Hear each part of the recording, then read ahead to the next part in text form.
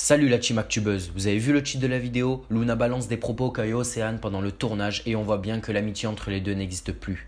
Je te laisse en vidéo, abonne-toi pour être à jour dans tous les scoops de la TVR et il y a du très lourd qui arrive, t'es même pas prêt. J'explique ce moment parce que je pense que tout n'est pas exactement montré, genre le fin fond de l'histoire avec Océane.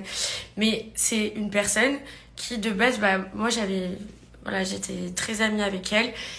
Et elle m'avait déçue plusieurs fois. Et la dernière fois où elle m'avait fait un coup de pute, clairement, elle m'avait pleuré dans les bras. Elle m'avait dit, je te jure que dans le cross, je te montrerai que je suis une bonne amie, que tu vas pouvoir compter sur moi et tout.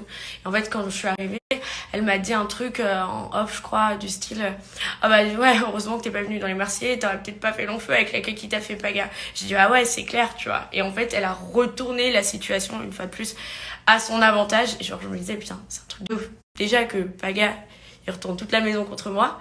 Là, heureusement qu'il y avait Maëva et après Laura. Mais parce que là, mais la traîtrise t'amène à dire des trucs un peu en te faisant du vice, genre en mode on est en train de plaisanter entre copines, pour qu'en fait, elle retourne plusieurs jours après, genre quelques jours après, sa veste en mode pour te dégager. Mais c'est quel genre de... Mais c'est quel genre de personne qui fait ça? Donc bon, vous avez bien compris que... Genre, clairement, je veux pas, et sachez que ça, c'est pas qu'en aventure, hein.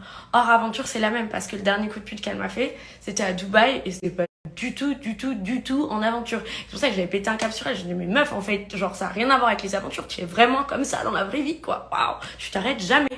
Clairement, j'ai craqué. Je pense que c'est ça qui m'a un peu fait péter les plombs. C'est hyper dur d'être dans une maison où, genre, tu dois constamment prouver aux gens que t'es une bonne personne, genre. Enfin, dans la vraie vie, t'as pas à prouver qui t'es, en fait. C'est genre, tu me connais et sinon, on va te faire foutre.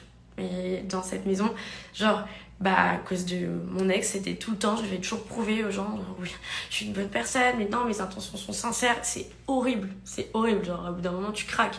Surtout que, voilà, c'était pas évident. À l'époque, genre, je me retrouvais en face de mon ex avec tout ce qui s'était passé, tout, c'était horrible.